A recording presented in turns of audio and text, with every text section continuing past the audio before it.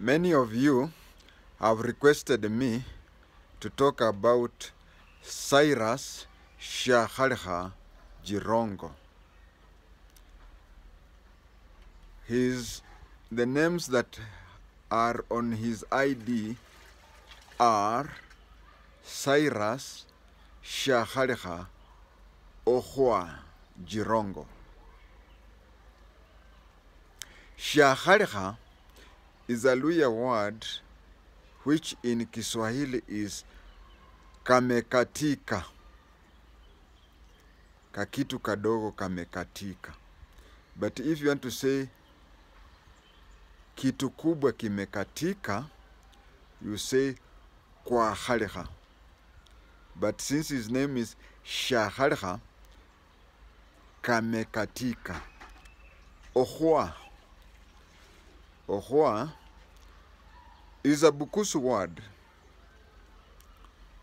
meaning son of. Just like my name, I am son of Tenge. Now, Cyrus, his name is Cyrus Jirongo. And his father, no, Cyrus, his name is Cyrus Shiakhalikha. And his father is Jirongo. So when you say Cyrus Shiakhalikha okhwa Jirongo, you are saying Cyrus Shiakhalikha, son of Jirongo.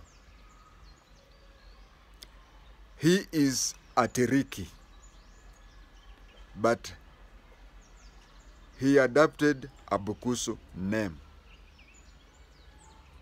I am not a Bukusu, but KHWATENGE is a Bukusu name. Jirongo, Shiakhalikha, because Jirongo is his father, they migrated from Hamisi in Vihiga, so he is a Tiriki by tribe. They settled in Lugari. Lugari, they call it Kenyandogo. Everybody is there, including Somalis, Arabs, and even non-Africans. So he settled there. Jirongo, if you take people who are my age mates, 6 months older than me and 6 months younger than me, utapata hapo juu kuna Musalia Mudavadi, Jirongo, me, then President Barack Obama, then President Uhuru Muigai Kenyatta. Very rich people, pocket-wise. And me, very rich person in my neck top. Mfuko imeraruka, but my neck top is very rich.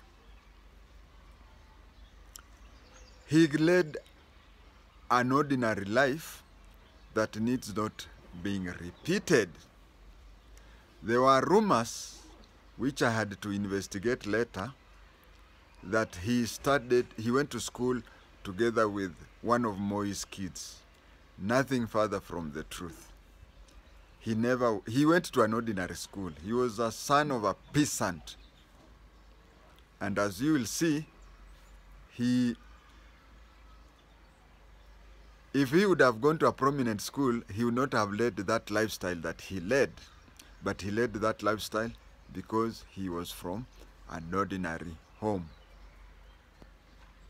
He migrated to Nairobi, stayed in Nairobi.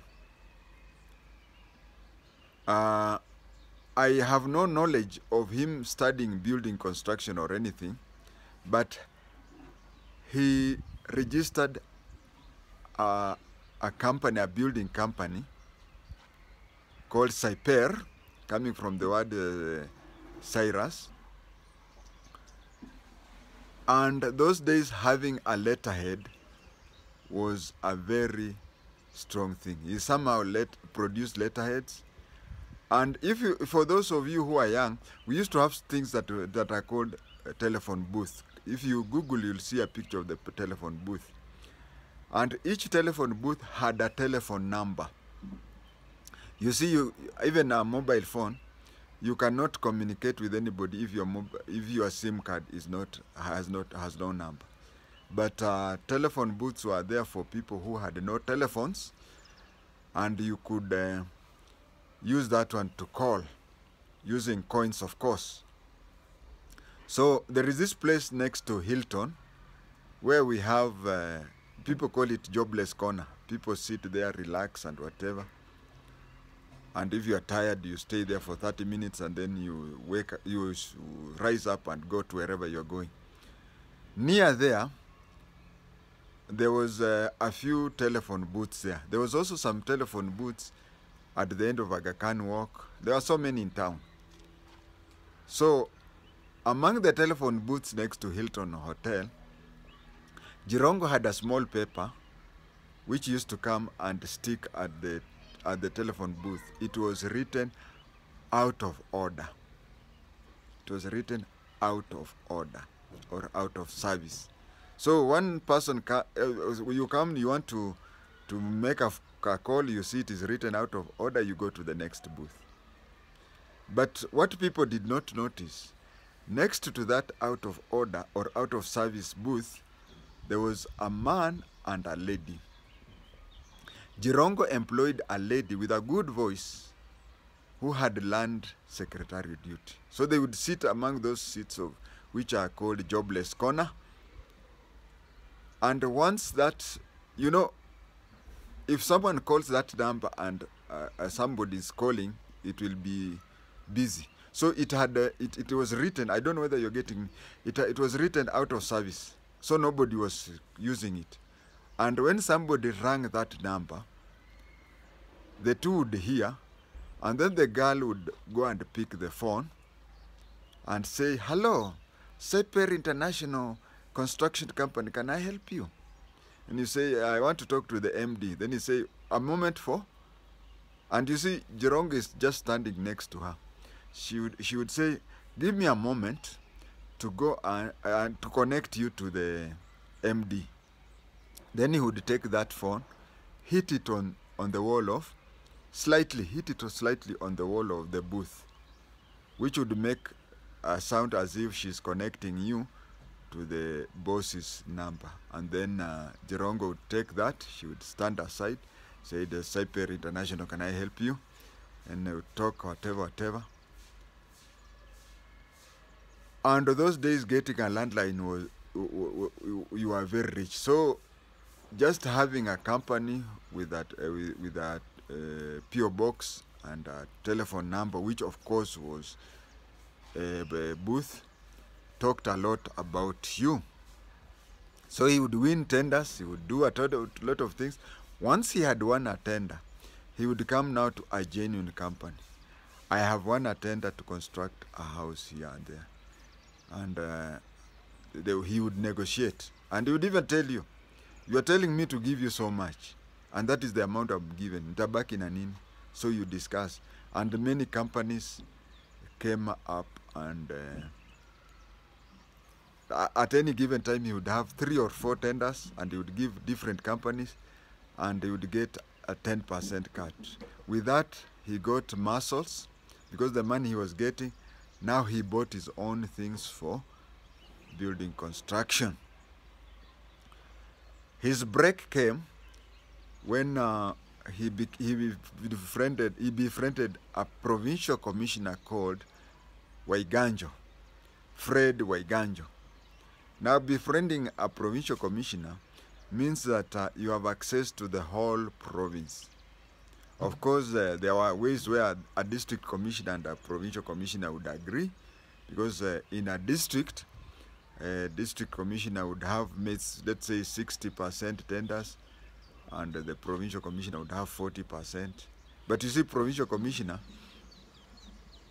the one for Northeastern maybe and Western, most provincial commissioners had more than 3 districts. So you find that is how he got into connection with Fred Waiganjo, a provincial commissioner. Then Fred Waiganjo contracted a mysterious sickness, which I cannot say as of now which type of sickness he had, but I can only say that it had symptoms similar to HIV/AIDS. He was he couldn't work, and the president decided to transfer him to office of the president. Now, being in the office of the president, it is Waiganjo, Fred Waiganjo, the provincial commissioner, who introduced Jirongo to President Moi. And this is how it came. Jirongo sat down, felt that a lot of youths, and you see, even today, because that time I was a youth, and the youth of today, you'll find that usually, or youths of any time, they rarely are supportive of the government in power. So you find that my age mates who are youths in 1992 were against KANU. So he came up with an idea that why don't we galvanize the youths into KANU? And how do you galvanize the youth? Even today, you'll find the youths in a jobless corner complaining the MCA hafanyi kazi, MP hafanyi kazi, Senator hafanyi kazi, Governor hafanyi kazi. But when somebody comes out and dishes out money, in the name of the said governor, the same youths will wake up very early in the morning to go and vote for that candidate. So he came up with the idea. And you know, that is the time when the government not only introduced the 500 shillings note, but also the government mass-produced money. I tell you, the work of a minister for finance is very hard. You have to balance. Because if you overproduce currency, it brings out inflation. And if you underproduce currency, so it will also bring the reverse effect. You have to produce the right quantity of currency to fit the market demand. But the government overproduced a lot of money, such that, let me give a simple example. The dollar, the dollar now is 150 to the Kenya shilling. If the government decides to produce twice the amount of money, the currency, and give it to people, there will be a lot of demand because everybody will now have money. There will be a lot of demand for foreign currency, which is also hard currency, and you'll find that instead of dollar now being 150, it will go to 175. So that is the problem with mass production of money. There was a lot of mass production of money at that time, but then I can authoritatively say here that a lot of very few people who joined YK92 did not pour. All of them. And that is how it came in. Now, this one also brings in the rise and rise and rise of Wilson Samoei Arap Ruto. Ruto comes from Kamagut, and Jirongo comes from Lumakanda. I'm talking, many people know of Sugoi, but I've used the word Kamagut. Because Kamagut is the one which was on the main road. If you want to go to Sugoi, you alight at Kamagut, then take a boda to Sugoi. Jirongo, main road is at Lumakanda. Now from Lumakanda to Kamagut, if you are walking, it is the same distance as from Udhiru to CBD. So they came from the same area, they knew each other and whatever, and when he was pumping in people that he knew, he pumped in, you see, like the people in Udhiru, there is Udhiru, Kiambu, and Udhiru, Nairobi. So when you are looking for somebody from Central Province, you take somebody from Udhiru, Kiambu. and you take another person from. They are neighbors, but this one will say natoka province ya Nairobi na huyu natoka Central Province. That is how they came to know each other. And William Samoei Ruto is a master strategist, born strategist, and that is how Jirongo brought him in, and he was a very good person in strategizing. The difference between Jirongo and Ruto, if I can say, ni ile tu kwamba Jirongo feels that he's the one who brought Ruto from nowhere, and Ruto overtake and so on. That is the genesis of their difference. When they were going on that way, the MP for Eldoret North was Reuben Chesire, whom Moi is his maternal uncle, mjomba. But then there was one day that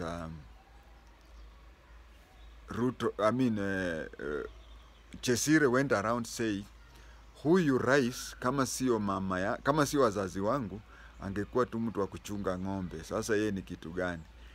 Moi didn't like such talkings.